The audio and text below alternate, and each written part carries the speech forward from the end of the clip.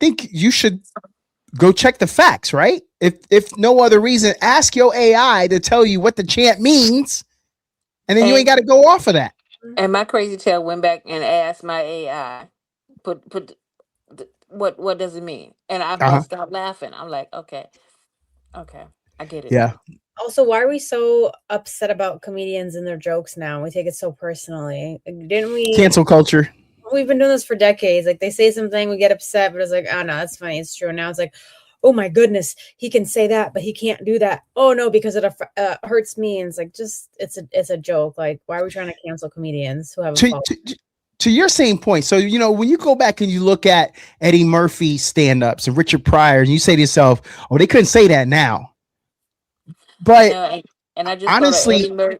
Remember, there was a time when Eddie Murphy wasn't allowed in L.A. because he had did a routine where he said he was on top of the police car. Is there anything better than a trip getting ready? Nope. For a long journey where our podcast released a new appy, searching for a fade fiend, new fixation. Giving this a subscribe is the same sensation. Started with the day ones, they gave us fuel to support the season. Could have been anywhere in the world, but you're here for a reason. Notification bells, text some friends, all to let you know. Check your Bluetooth, connect, talking with Donato. welcome in, everyone. This episode is called Spring Broke. I have been finding out that some parents, they ain't gonna make it through this spring break. Ladies, do you know anybody that we could send a lifeline to help them get through this spring break? You ain't got to say their name. I just want to know if you know somebody. There's a couple people out there for sure. Most definitely. And then you really narrow it down to those that you love, you like, and oh well, you just gonna struggle this time. Yep. Should we reach out and ask them? If we're standing on a position of higher ground, should we reach down and try to pull them up? Nah, that's for them to figure it out. Hey, they knew spring break was coming. They knew what activities to plan ahead. And somewhere in there should be something that's called free activities. Everything doesn't have to be paid for. So, No, those are facts. I want to start off on a not little point of view. relationships. No point of view. Although it is about a relationship, but it's a point of view. It's always about a relationship. So say y'all live in an apartment building, right? Okay. hmm And then this is the post that someone says: neighbor using our shared apartment hallway for what should be a private moment. It gets worse the longer you look at it. Give me some serious ick. Seriously, dude, this was not as romantic as you thought it'd be. The sad, greige walls and unswept, dusty floor make the pink tinsel pop. The flickering fluorescent light really ties it all together. What they had noticed is they looked out, you could look out your door, and someone in your floor put some rose petals out to their doorway in the shape of a heart. So when their boo thing comes home, they see that. And then that, once they open the door, that starts whatever was going on behind those doors. I just want to know, is that neighbor wrong for hating on the game? Or were they right that, come on, man, you probably should have left that inside the house. Nobody wants to see all that. I just got to know how y'all feel. Yeah, I'm with the neighbor. Just keep that on the inside. We don't want to know what you're doing in there. Your neighbor might already know what you're doing in there based on who you're bringing home. So, plus, are you going to clean that up? Or maybe that's why. Maybe the neighbor's concerned, like, yo, that ain't tidy to begin with, and now this is tidy, untidy, and tacky. What And about you? see, and see, Polly, I'm with you on that.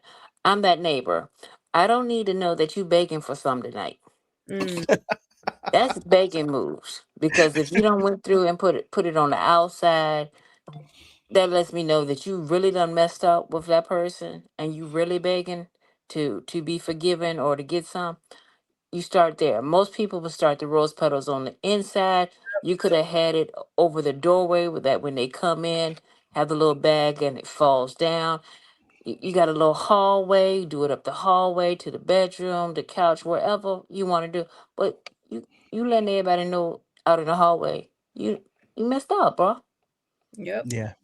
So You know what? I didn't know which way I was gonna go, but after hearing you guys, man, I'm in agreement. You gotta keep that on the inside. Keep that within the four walls. All right. Y'all swayed me on that.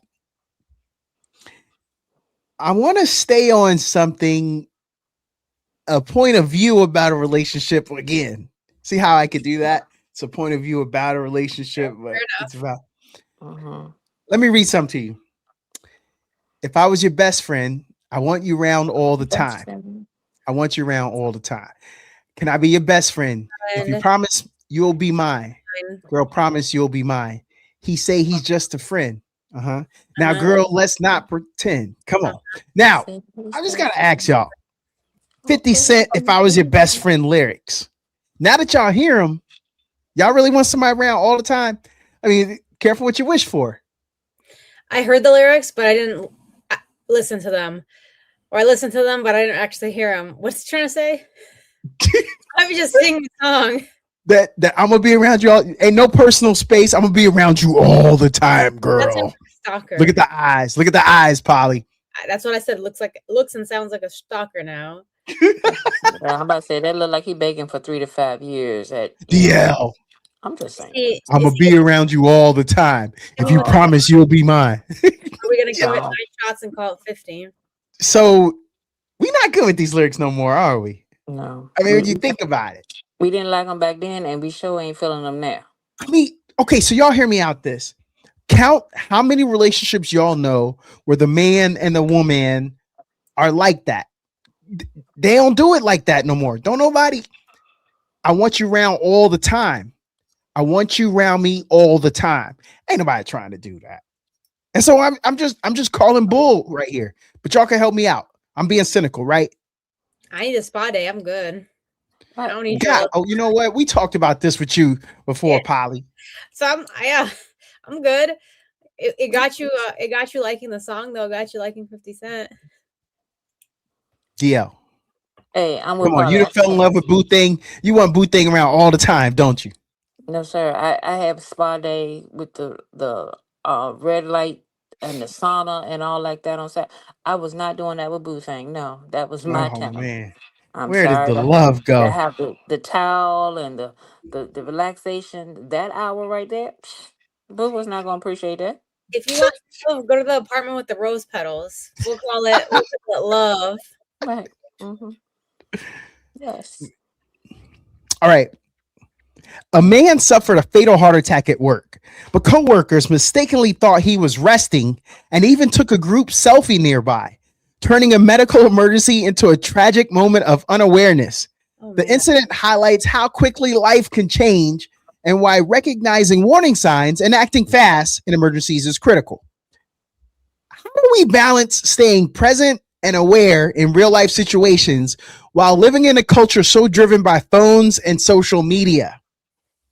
But even without social media, would they have known that he was having condition? They just had the social media to document it, but you think that without the social media, they would have been more prone to know, oh, he needs medical attention? I mean, I think they're going to be the same type of people. We just now know about them that they're that type of people. I don't know. I just had a flashback of of this statement. Come, Donato, come back. Come back to life. Come back to life. Okay, I Um, didn't know. He I was didn't know if y'all knew the warning signs. yeah, just I come might have back. just died there and y'all didn't care. No, it cared enough to call your name. yeah, it was quiet for a few seconds and we enjoyed it. Um,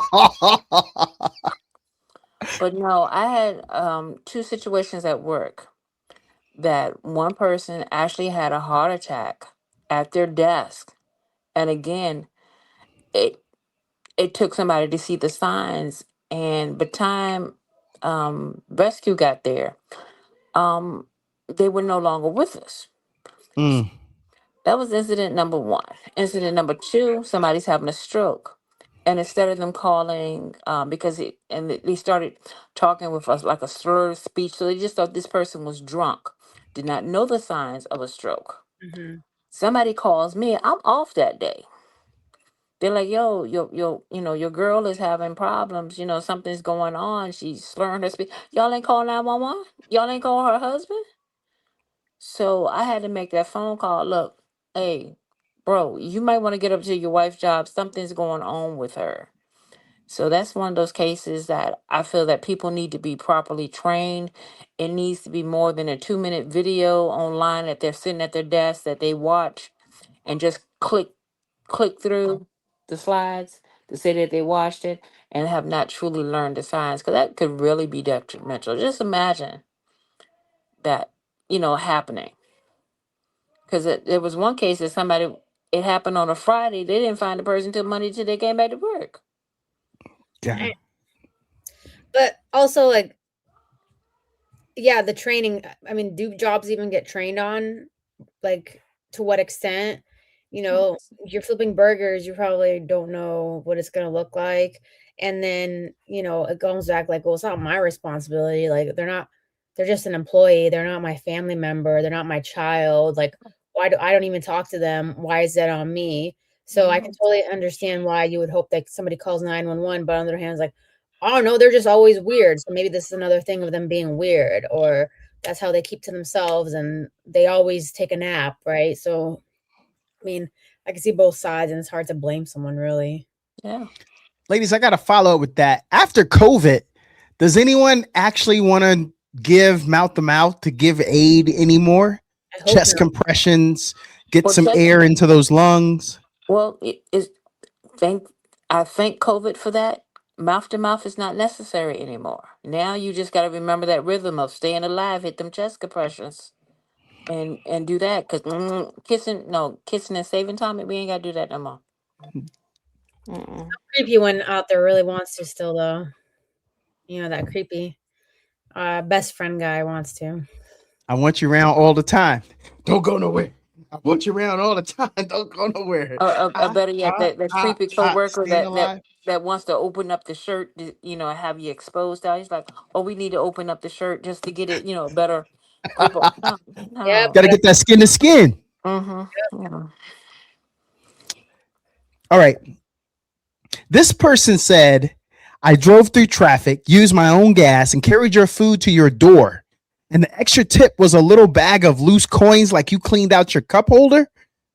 My bills and gas tank run on dollars, not metal scraps. So here's the question.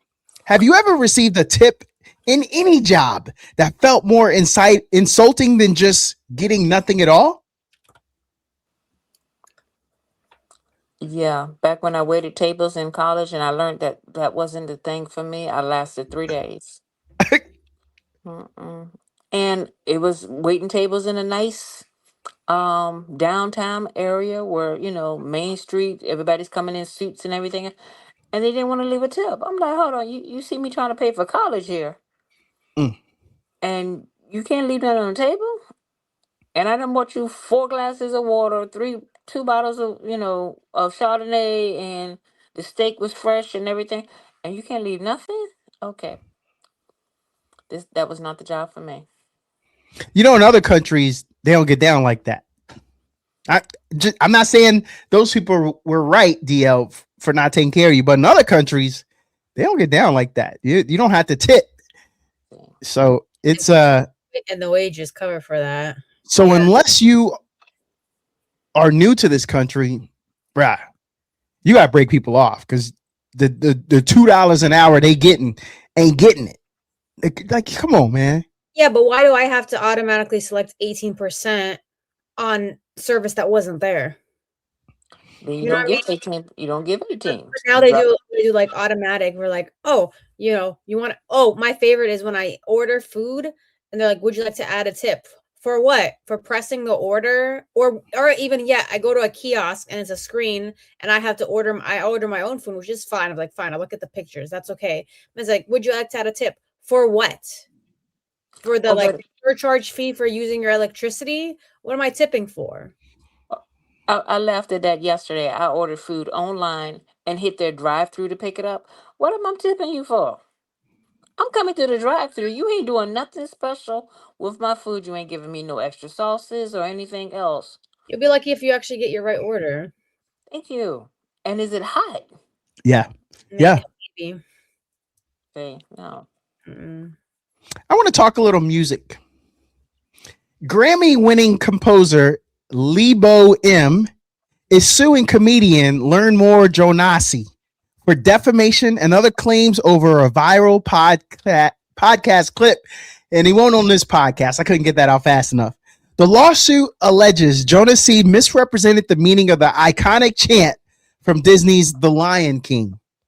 Lebo M is seeking $27 million in damages, claiming the comedian trivialized his work and cultural significance. Now, you're still relevant, bro. You're still what, relevant. what he said is that the chant is, look, there's a lion. Oh my God, there's a lion. That's what he says it comes down to. He says it is not as extremely high rung as everyone thinks it is. That all he's saying is, look, there's a lion. Oh my God, there's a lion. Oh, yeah. And that's it. Who are the people who thought that the chant says anything profound besides let me put on a chant for this 90s Disney movie that's going to be memorable? I don't think anybody out there sat and like, wow, I wonder what they're talking about, and is this for the lion? Is there some deeper philosophical meaning? No, they're like, oh yeah, that's the Lion King intro themes, whatever. I don't know, I can't remember where it comes from. Like, bro, at least now you're relevant again because your name came up and like translating what your chant means, but that's petty. It is.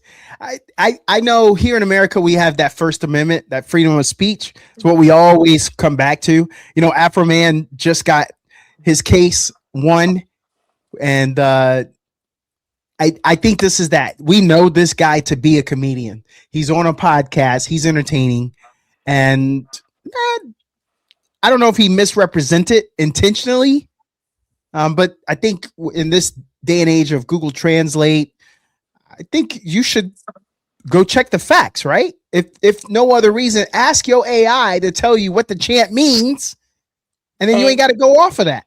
And my crazy tail went back and asked my AI, put what does it mean? And I bust out laughing. I'm like, okay, I get it. Yeah. Also, why are we so upset about comedians and their jokes now? We take it so personally. Didn't we? Cancel culture. We've been doing this for decades. Like, they say something, we get upset, but it's like, oh no, that's funny, it's true. Now it's like, oh my goodness, he can say that, but he can't do that. Oh no, because it hurts me. And it's like, just it's a joke. Like, why are we trying to cancel comedians who have a to your same point? So, you know, when you go back and you look at Eddie Murphy stand-ups and Richard Pryor, and you say to yourself, oh, they couldn't say that now. But and I just honestly, remember there was a time when Eddie Murphy wasn't allowed in LA because he had did a routine where he said he was on top of the police car as a police officer, and he was, woo, woo, woo, that right now would get him banned universally. But when you think about what we're doing as comedians, as people making fun of others, it's to that point we're sensationalizing it, right? We're giving an over the top representation of you. You choose to take offense, but if even if an inkling of that is measured in has some type of credibility of who you are and what you do, come on, man, you gotta laugh at it or shoot back. I mean, at the end of the day. And this is my thing. Comedians have been around. They're one of the they're not the oldest profession out there, but they've been around. They have been here to keep the king and queens and, all them back to Caesar days. You had a court jester. They wasn't Yes. called comedian. You had a jester. And it was his job to make them laugh, And again, I've been to comedy shows and I already know where not to sit at because if I don't want to be a part of the show, you know. But we have got to, lighten up a bit. This is how they make Hey, them. me and my lady, we were an interracial couple, and we sat right on the front row of a comedy show while a brother was on stage, and he looked down at us, and he went in talking about our vanilla swirl kids we was gonna have. And at the end of the day, I don't know what else you could say. Of course they're gonna be vanilla swirl, man. That's biology. She looked that way, I look that way. The baby's gonna be what it is. Mhm. And he was funny, and he was right, or he was wrong. But who cares? We can't work on that at that moment. We sat on the front row of a comedy show, and we both don't look the same. It, that's all. That's where I'm at with it. I I know I sound like some red hat wearing people when I say cancel culture, but I think we are a little too sensitive when it comes to certain things, and because it doesn't apply to me, I can say that, and that's generally what it comes down to. Those groups that dislike that, I think even they have to step to the side and say, "Am I being a little too sensitive?" Right. So there is there's a Drew Ski moment that's happening right now, and Erica Kirk wanted to come out and say that that was her. He ain't name no names. But he's like, "Ooh, stop making fun of me. That's if I did blackface, I'd be wrong." Well, he did face, hair, he did hands, Mm-hmm. he did the whole thing, and he wasn't demeaning as blackface was. He was impersonating. Mm-hmm.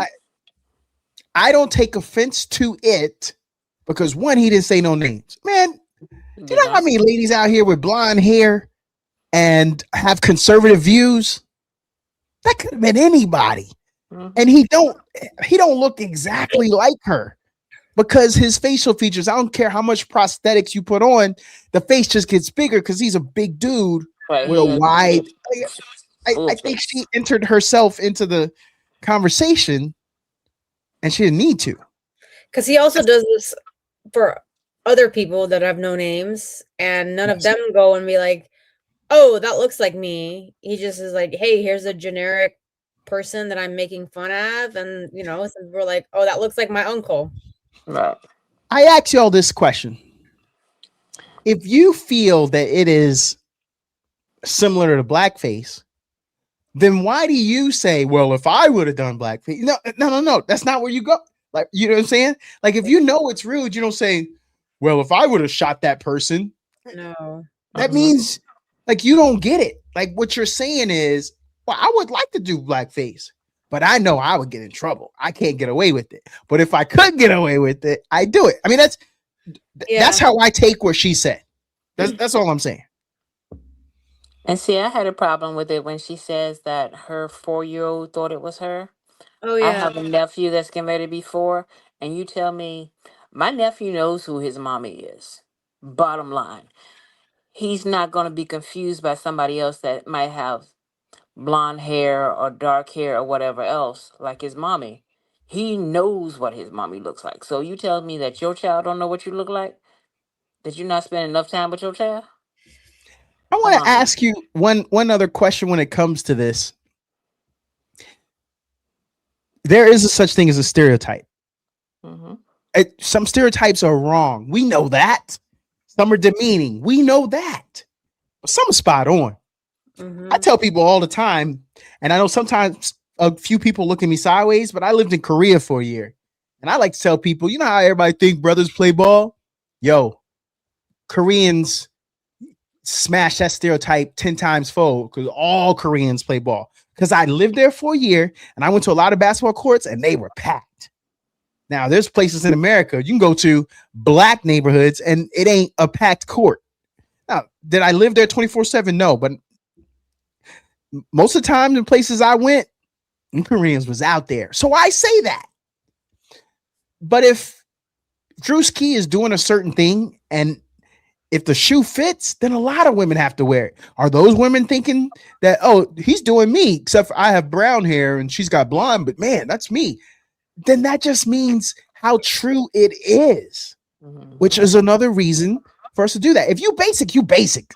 Like if he making Trader Joe's jokes, all them Trader Joe's people, that's on y'all. And that's all you got to do is take it. You got to eat that. Yo, my wife does a great job. This is how cognitive she is. She says, no, I'm basic. I be getting my Starbucks. I go to my Trader Joe's, my Aldi. she said she took her kid out the other day and the kid was at Starbucks and was like, yo, mama, girl's 5 years old. Give me a cake pop.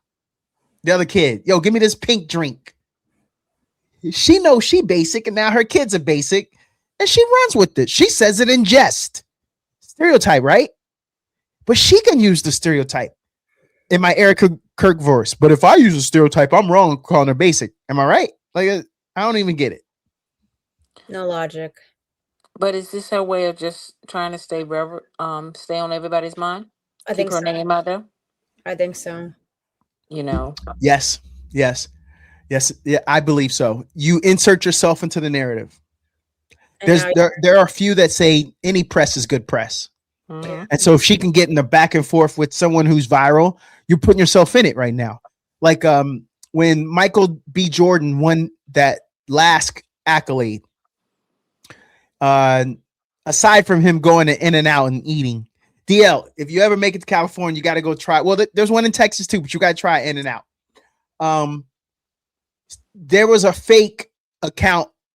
There's a fake account of Kim Kardashian shooting her shot at Michael B. Jordan saying, hey, what's popping with the trophy and, all that. And him firing back and saying, every time a black man wins something, you got to insert yourself. You can miss me with that. And then that went viral because everyone's like, oh, he shut her down. Mm-hmm. But that's what we talk about with Erica Kirk here. Inserting yourself into a narrative. So now you stealing or piggybacking off of that spotlight. How many times have y'all ever said to somebody, this is an A and B conversation, see your way out? A lot. Or how many times y'all say, I ain't talking to you? A lot. I'm talking to that person. A lot. But give them that look like, I listen to what I'm saying. Why are you listening to what we talking about? Okay. I just want to know if that's where y'all was. But I can tell y'all heard about the little Drewski thing. So, yep. Tell me if you heard about Nick Cannon. Nick Cannon argues men aren't naturally built for monogamy, framing it as a societal expectation rather than biology. Critics say that mindset, it blurs the line between instinct and accountability, especially when it comes to loyalty and trust. Is this an uncomfortable truth about human nature or just a convenient excuse for a lack of discipline? Listen, I think you make the argument for men are meant to be monogamous, right? I think at this point, it's just, we all know who Nick Cannon is. For him to say something that's his ability, is he at 3 dozen now? Are we there yet? For him to be like, to say that he spends time with each kid. Come on, have 2 kids and you can't spend equal time with 2 of them. The more you get, like, come on, like, Polly, you spent your week equally with 14 kids. So no, with all the travel you got to go there. Anyway, that's just a convenient excuse that he's putting out into the atmosphere. So others can be like, I want to be like Nick Cannon. Boothang. He said this. So I'm going to go find somebody else and good luck with my 5 kids that you got. I'm going to go make 5 more with somebody else. Okay, Polly, I'm going to push back with this. Another lyric, have a baby by me, baby, be a millionaire. So, Polly, Nick Cannon, I hear him. He's knocking on your door right now, Polly. He's yelling, hey, girl, you're going to be my baby mama. I'm going to hit you with $1 million. Polly, what you saying back? Okay, how much is $1 million really going to last me? And I don't want to be up in all that drama with all his other 17 people he promised the same thing with. Because then that money goes away or he gets in some legal lawsuit, whether it's a la Diddy or a la somebody else, then there's no money. Money is fleeting and it's not promised. I was curious. I didn't know if that money was going to change some things. Not if they have to have a child. Heck Yeah, no. I'm going to have to change the title of this episode from Spring Broke to 50 Cent is Alive. Like that's the second lyrical reference. Okay. I want to go back to some lyrics again because this is getting fun. So will y'all oblige me with one more set of lyrics? I got nowhere else to be. Can I go one more? One more. All right. Yeah, Let's see. Where here I am. 50 Cent. If I had one wish, we would be best friends. Love would never end. It would just begin. If I had one wish, you would be my boo. Promise to love you. Trust me, I'll trust you. If I had one wish, we would run away, making love all day. Have us a baby. Come on. Where's the money Now. though? Right. Stop So, begging. Polly, DL, come on. This y'all was feeling some Ray J. Y'all understand that, and you want him to just use that one wish on you. To your point, Polly, he didn't say he's gonna use his one wish to get rich. He just wants you, and then sake of love, maybe he'll put some rose petals in the hallway because he's not rich, and y'all gonna live in the apartment down the long hallway. But that's enough, right? How's Ray J and his love life doing right now? I know he's got earbuds. Is that his one wish? Hey, while he got the earbuds, he gonna always be able to find love with them residuals coming in. Oh no! Well, those residuals are paying for his medical treatment because he got some health issues going on. So So he had that one wish. right, that one wish that left him something. Mm-hmm. Let me explain something to y'all. According to my AI, Mm-hmm. it says that Ray J, he sold his entire stake in the earbud company, but he sold it in early 2024. The estimation was between 85 million to 100 million. Okay. Mm-hmm. So that one wish, he made the wish a while ago, but he just sold some earbuds. And since you were his baby, you just came into 85 to 100 million. Yeah. So then it is just about love. Y'all don't need the money. The money might come later. No. I'm not sold. Dang, I can tell y'all. Oh man, you know what? I'm sorry, Ray J. Just stick to singing. Right. No. All right. When an athlete or a competitor has a gut feeling, a dream, a premonition, a bad omen that something terrible is going to happen, how much should they trust that instinct? And does society put too much pressure on people to push through feelings that might actually be worth listening to? Give an example, or we're just Yeah. hypothetical out here. I don't know. I feel like there's a scenario based. I do. Way back in time, June 25th, 1947, Sugar Ray Robinson defeated welterweight challenger Jimmy Doyle with a devastating left hook that left Doyle unconscious, fulfilling a premonition Robinson had dreamed the night before. Oh boy. And he tried desperately to avoid. Doyle died the following day, becoming the first boxer to die after a world title fight. And a grief-stricken Robinson quietly donated earnings from his next 4 fights to Doyle's mother so she could buy the house her son had dreamed.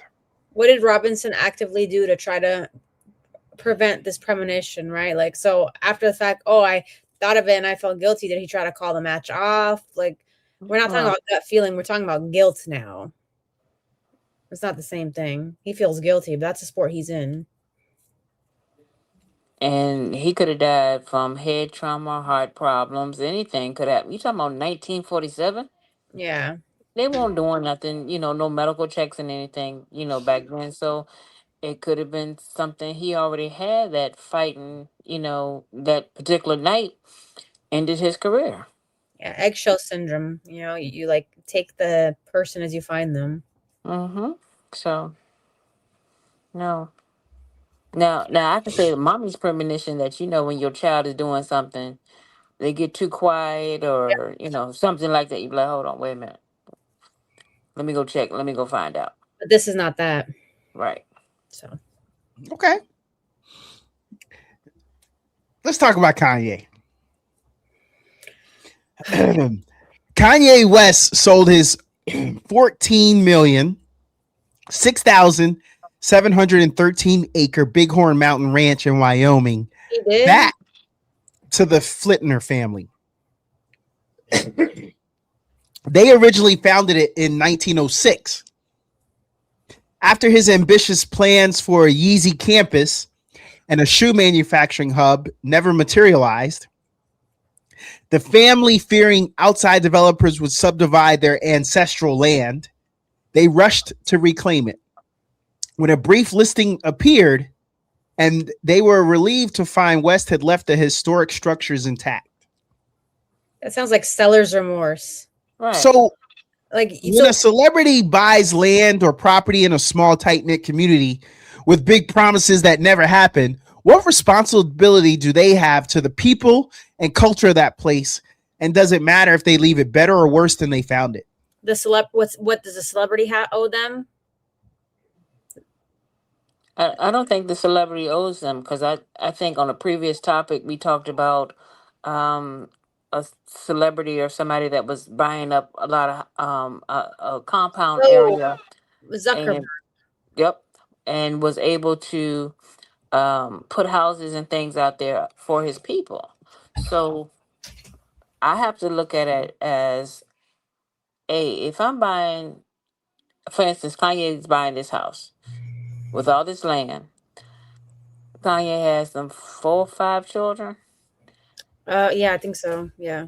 Is it his responsibility to build that area up, or are we supposed to allow him to buy the land and enjoy his peace and quiet? No, I think if the celebrity buys it, then it's the celebrity. They don't owe them anything, right? If the family has regret that they sold their historic land, and now clearly because that's what they do, they went to go buy it back, so they have remorse. But Mhm. the celebrity, I just find it funny that the celebrity's like, oh, they're afraid that someone was going to subdivide it. What did you think the celebrity could probably do it? Just because he said he was going to build a compound doesn't mean he was actually going to do a compound. So, I no, I don't think the celebrity owes anything. I don't think the family owns anything. Like we are free to do whatever we want with the land. Because I'm sitting here thinking about it now. I'm like, so okay, because he buys that house with that property, was he getting ready to be a tourist attraction?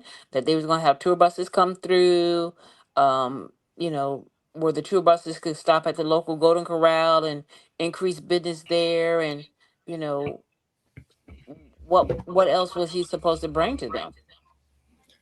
Exactly. And um yeah, I don't remember.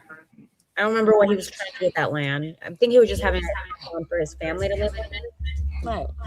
So I want y'all to go back into history, though. And when you think about Wyoming and the land out there, how was it divided up? People just took it. right, put a stake up there, and that's it. And why, Wyoming? Are we going to Wyoming? Why? Why? So they consider it, the Flittner family considers it ancestral land, right? I know we know what that means. Right, they don't sound like Indians to me. Y'all know where I'm going with that.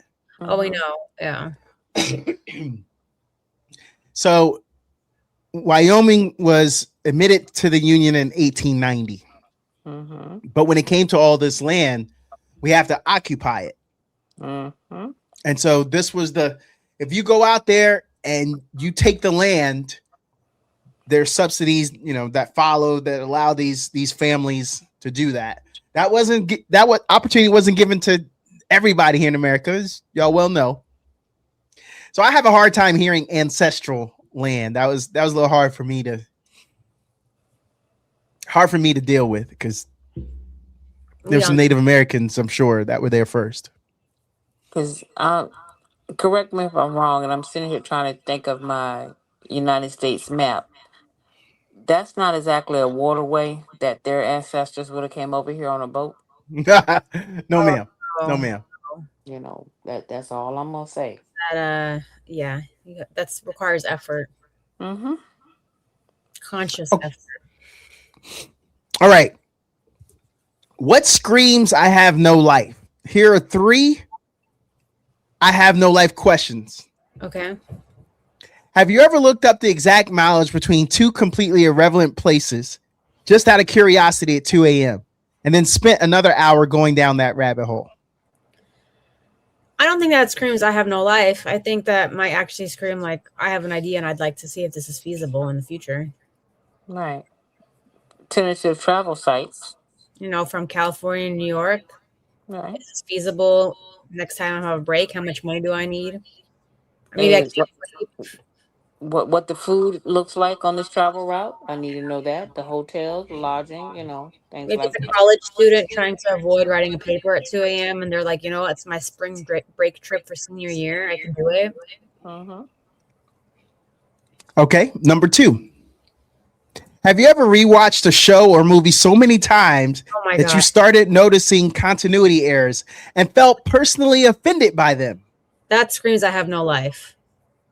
That screams I have no life. Let's watch shows and keep it moving. DL, you seem a little hesitant. Ew. Polly, you hurt me on that one. There it is. Depends on the shot, I might give you a pass. Polly, okay. Have you noticed the continuity errors? I have, and you have no life. I know. And Polly, the sad thing was, I had my notebook out. It had irritated my spirit so much. I had my notebook out. I took notes. And what show? No comment. And I actually sent a letter into them. Oh no! Tell me you were like 10. No. I love it. No. I love it. Maybe you didn't have a life now. Now you do. Let's say it's now I do. Yeah. All right. Dang. I still have a life now. I saw. Do that. I saw the friendship. The friendship got rocky there. Agree to understand. But Polly had to work hard to understand. Yeah.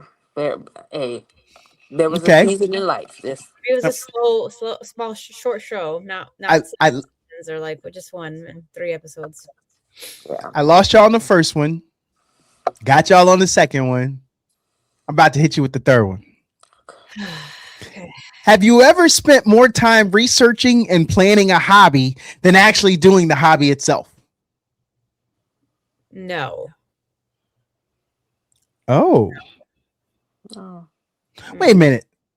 Y'all got hobbies? Yes. Okay. All right. Because y'all answered so quick. Because some of us who that was pushing towards, we have goals, we have dreams, and we're like, oh man, I'm going to do this. And then you realize, man, I got time for that. Well, but I guess y'all are so efficient that doesn't happen to you two. It's called SMART goals. You set realistic goals that you can achieve in a time appropriate manner, not things that you just were like, I'm going to fish big bass. I live in Wyoming. Right. Okay. Near Bighorn Mountain with the Flitner family. At 2 a.m. How do I get from Wyoming to Florida? What equipment do I need? And then you realize don't have time or money for that because I have to write this paper that's due at 6 a.m. So. And better yet, before they go out there, big fish, fishing on the boat, when they need to know how to swim. Yeah, you're right. I don't think they're swimming in Wyoming. No. But Y'all want to get into some conspiracy theories? No, but go ahead. Yeah, go for it. She Go, said go for no. it. Following Stanley Kubrick's death in 1999, several conspiracy theories emerged, linking his final film, Eyes Wide Shut, to secret elite societies, government cover-ups, and even faked Apollo 11 moon landing. Though none are supported by credible evidence. Most historians believe Kubrick simply died of natural causes after completing a film that, like much of his work, explored dark and mysterious themes. Polly, I didn't even get the question out yet. You don't need a question. I have a comment. God. Okay. These are the people who have no life because they came up with a hobby at 2 a.m. We've been researching ever since. No. Yes. Yes. Conspiracy theorists abound. And rewatched the movies several times and found continuity errors. Bam. And see, Polly, they didn't write a letter or something. They formed a club. You guys. Called the conspiracy theorists. That's I it. mean, that was well done with all the callbacks y'all did from this episode. Mhm. But Facts. no. Okay. Yeah. When a controversial artist dies, do you think they were trying to expose hidden truths? Or do we create meaning from their work because we're not ready to accept that some things are just art? Or were they on drugs and overdosed and had medical providers that didn't take care of them? Right. But isn't that always the convenient way to just kill someone and make it seem like... So it's more believable. Did they die in Russia? Because then I believe that somebody actually killed them because they were trying to reveal the truth. But if they died, I don't know, in Tennessee, probably died of opioid overdose or heroin or something. Mhm. Or too many NSAIDs and then their stomach lining went bad. See, I'm with Polly on this one. It didn't come from China, so it came from over here. Yeah. No, I'm not going for it. Next. Ladies, when I say facts don't care about your feelings, Accurate. what is your response? Accurate. Accurate. Facts don't care about your feelings. What do we always say? We say truth hurts. That's it. What does that tell you? The truth hurts. You don't want to hear the truth, but it's going to hurt your feelings. Facts don't care about feelings. It's either gonna- If I am smarter than you, I don't care if it hurts your feelings. If DL can walk faster than you, I don't care if it hurts your feelings. If Donato can talk longer than I can stay awake, then that's a fact. That hurt. That example hurt. But it's the truth. Truth hurts. Right. It's a fact. And truth is supposed to make you better, not worse. And then if the haters want to hate because the truth hurts, then let them hate. Okay. The words of Taylor Swift: haters gonna hate. So Next, we're here. yeah, Spring break. We're here. yeah. You If will you not touch us saw- on that one.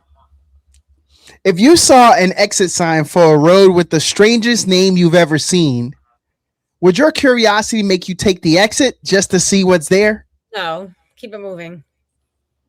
Mm-mm. I've seen No. YOLO. I've seen XXYZZ. Keep it moving. It's the middle of nowhere. I'm not stopping. Keep going. There's no gas station. There's no bathroom. I don't need it.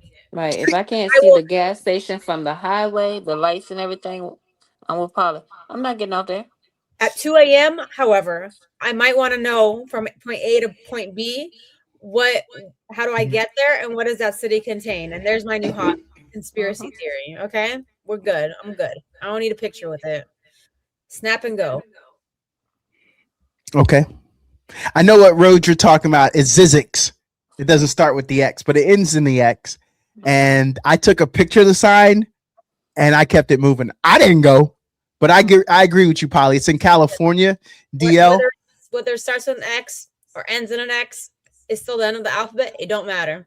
Right. Just leave it alone. Keep it moving.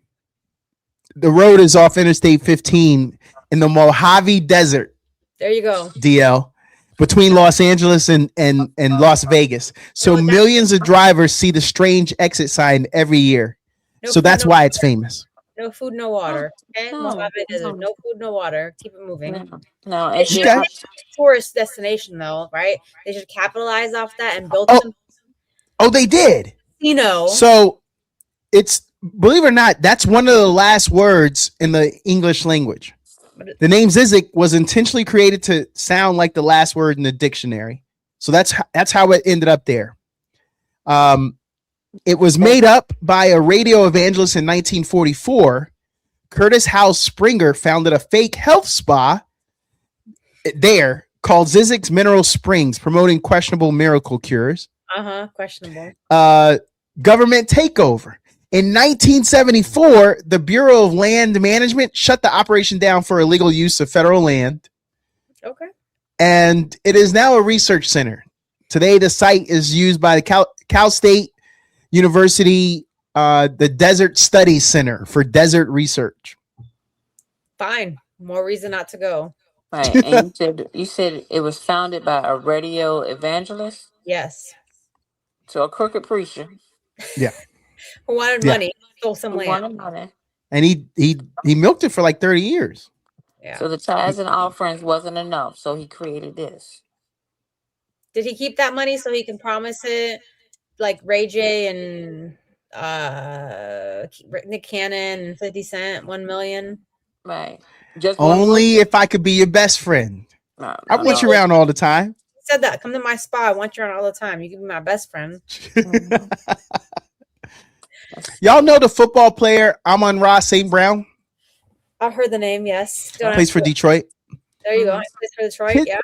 His father once warned him that girls are dream killers, urging him during his USC Trojans days to break up with Brooklyn Adam so he could focus fully on football and chasing the NFL. Years later, after seeing her support him through his rise with the Detroit Lions, he admitted he was wrong and praised their marriage. So now I get to my relationship question. Do relationships Ooh. fuel success or distract from it when athletes are chasing greatness? Who's Brady? Is that a girl or a guy? Is that a coach? Brady, Brandon. You named a name. Who was that to focus on somebody? The girl's name. Her name was Brooklyn Adam. So stripper. Oh my God. So the dad said focus on a stripper, and that won't sidetrack you. No, Okay. he said focus on your dreams and dump the girl. And her name is Brooklyn. That's why she's a stripper. Okay, dump the stripper. Right. Got it. Okay. And I'm sitting over thinking, Brooklyn, the big lights, we don't I can't vision what she looked like. She got You some know, big that- lights. That's what I'm In the Y'all- front and the rear headlights. Y'all are so mean. They have been married successfully. And he still made the NFL. So Papa was wrong. You said he dumped her. No. he didn't listen to his daddy, so Oh, listen to The this. father warned him okay. Okay. about it so he could focus fully. But years later, after seeing her support him through his rise with the Detroit Lions, he admitted he was wrong and praised their marriage. She was supporting him because he was gonna get her out of being a stripper. Mm-hmm. Oh my God. Nobody said she was a stripper, Polly. But I yeah, did. is dad invited to the mansion in Wyoming? They seem to have a decent relationship now, Mm. the dad and son.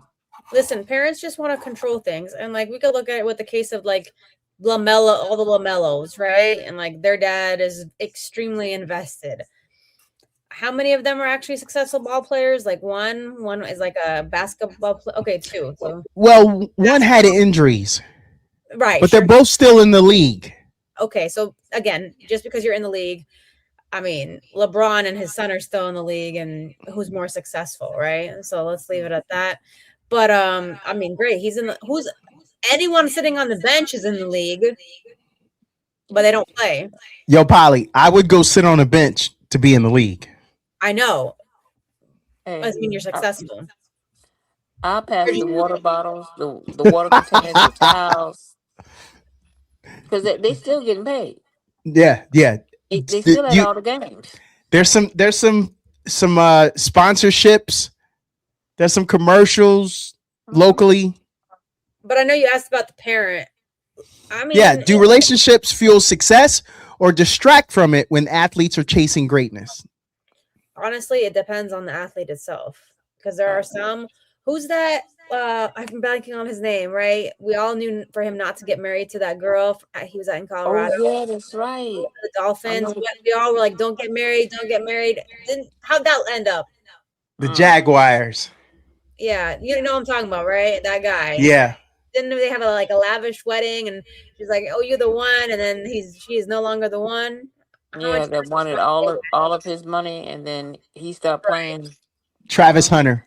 Exactly. How much money she walk away with? Do we know? Well, there hasn't. Or Yeah, he hasn't officially had the divorce. okay, well, the writing's on the wall. We're just waiting for the agreement to be written up. Uh, but no, I think it depends on the athlete, right? Because then you have quarterback players who met their college sweetheart or high school sweetheart and go on to be like Philip Rivers and have 10 kids, right? And then Mm-hmm. people who leave the NFL and I think it's still him have to come back because they need health care for their kids because they retired. But anyway, I think it's always going to depend on the person and their other qualities other than being an athlete. Yeah, because they don't necessarily have to be an athlete. They could have been an athlete. They could have been a musician. The doctor. But Mm-hmm. Yeah. No, it is. People are always quick to get that from their parents sometimes because, like you said, Polly, the parents want it so bad. They think that anything is going to be a distraction. I know I've been with my wife for 16 years. I don't think her parents, maybe one of them, but for sure, I don't think I was what they envisioned, especially since I didn't come with a yacht and $100 million. But we've been together for 16 years. I know I'm happy. I don't want to speak for her, but I know I'm good. So, Yeah, so did you give her that $1 million that you promised? I wouldn't have promised it. I wouldn't have promised it. I know better. I know better. and I Hey, guess I have to laugh at because I had the same boyfriend from elementary, middle school, high school. We had planned to get married, but our moms, I'm gonna say the moms, thought So, we were too young to be that serious. And I'm pre cell phone day era, so calling home, leaving messages, and everything else, mm-hmm. and that kind of like tore us apart. But here, umpteen years later, run back into each other, and it's just like when we were teenagers, and we talk about what our lives would have been if we would have been together. And then when you sit back and you ask your mom, like, "So, Mom, why did you, block the call?" Or, "Oh, I don't remember." Mm, And be like, yeah. nursing home. for real. So Ferrari had a commercial and my son saw it and he said, "Papa, you should buy that car." And I said, "Do I buy it for me or do I buy it for you?" He's 3. And he says, "You buy it for all of us." Smart man. I But love who's it. doing the buying? My rich wife. I ain't buying it. You think, His mama gonna buy that. you think she wants that? But yet, I don't ask those questions, Polly. But Mm. when your kid sees a Ferrari commercial and says, "Papa, you should buy that car," how much do our big purchases reflect personal success versus the desire to share that success with family? ooh, Because that 3-year-old just made me say, "Bro, you just thinking about yourself. You should be thinking about the family like me." Am I well, right? well, no. If you take him to the Ferrari dealership, so he could see it in person, that way he would see whether or not the family can fit in that car or not. I like that. I like that, Dio. The practicality of it. Mm-hmm. Mm-hmm. I don't know if a 3-year-old can understand practicality. He'll say something like, "I'll sit on mama's lap. You should see my boy." And he's the only boy, so his mama got him spoiled. He's not spoiled. It's called loved. What? Yeah. He says to get a Ferrari. Who's doing the spoiling? Right. Better yet, he could be prepping you for his 16th, letting you know what car he wants for his sweet 16. Well, I'm prepping him for disappointment then, because that ain't happening. He's supposed to be busting early. You got 13 years to start banking that money to get that boy a Ferrari. My first car was a 74 Cadillac. That thing might be longer than the house I live in right now. But I remember it fondly. My friends adored it. I could fit half of my 11th grade class in there. I enjoyed it. It didn't last, and I didn't know nothing about cars at that time to keep it on the road, but we did enjoy that thing before it died. And so, yeah, I'm gonna give my kids some grit like I had. I can't give them nothing brand new. Nah, that's too easy of a life. Is your boy the oldest or the youngest? He's the youngest. Oh, so that automatically lets you know he gets the car. What? He ain't in that car. Why not? I will do something to sabotage that boy from getting a better car than what I got planned for him. Because I know his mama gonna try to sneak. So I'll just steal one of her credit cards and go buy a new motorcycle or something. I got this handled, DL. I got this handled. Don't worry about it. As this podcast will be around in 13 years, Uh-huh. I will look forward to seeing what color Ferrari that boy get. Oh, hey, DL. He ain't getting that boy ain't getting no Ferrari. Why not? I can't do it. You said your wife is rich. Okay, Polly, stay out of my relationship, first of all. Well, his mom, your wife, whichever one of them is getting, I don't know, maybe you have both. There are other ways to show love Monogamy is not with your rich stuff. So yes, he might get a little bit of a beater, but I might help him with his first month's rent and security deposit for his first apartment. See, that is breaking somebody off in a good neighborhood. Okay. See? He's getting the car. DL, we got to go. But ladies, this was a lot of fun. Thank you for your time. And I want y'all to enjoy the rest of your spring break. And thanks for talking with Donato. Peace out.